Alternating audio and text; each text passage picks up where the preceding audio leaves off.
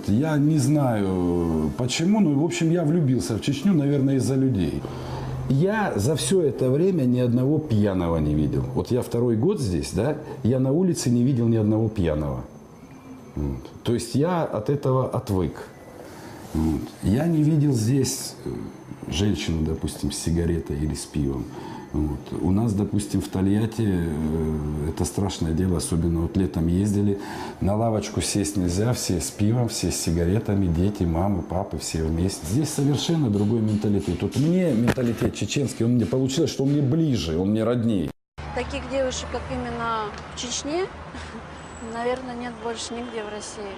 Это воспитание, это обычаи, это уважение к мужчине, уважение к мужу, к брату, к отцу, к старшим. И плюс, вы обратите внимание, мы не видим ни одного человека, который бы шел с сигаретой, и тем более с бутылочкой чего-либо, да? Это же нонсенс. Мне кажется, это идеальный город для того, чтобы растить детей.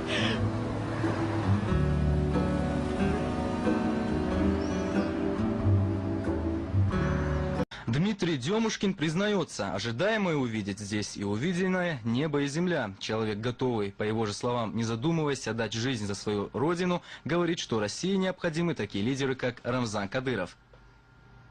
Что убивает мой народ? Пьянство, наркомания. Разлагает мой народ. Дом-2, Comedy Club, аншлаг. Так все вот здесь, то, что я вижу, здесь идет сражение с алкоголизмом и с алкоголем. Я не видел молодежи с пивом и с коктейлями, которая ходит и пьет. Я видел чистый город, который отстроен, строится. Я вижу, что те объекты, которые здесь сдаются, они в 10 раз дешевле, чем те же объекты в Москве и в Питере. Я вижу, что здесь нету откатов 80% за строительство дорог, которые забираются. Я не сомневаюсь, что здесь 5 раз за полгода одну дорогу не строят. Ну так, собственно, если это так, то, конечно, опыт вот этот вот, и нам в России тоже нужен хозяин. Нужны лидеры в регионах, которые способны поменять эту ситуацию. Мнение, конечно, Чеченской Республики поменялось существенно для меня.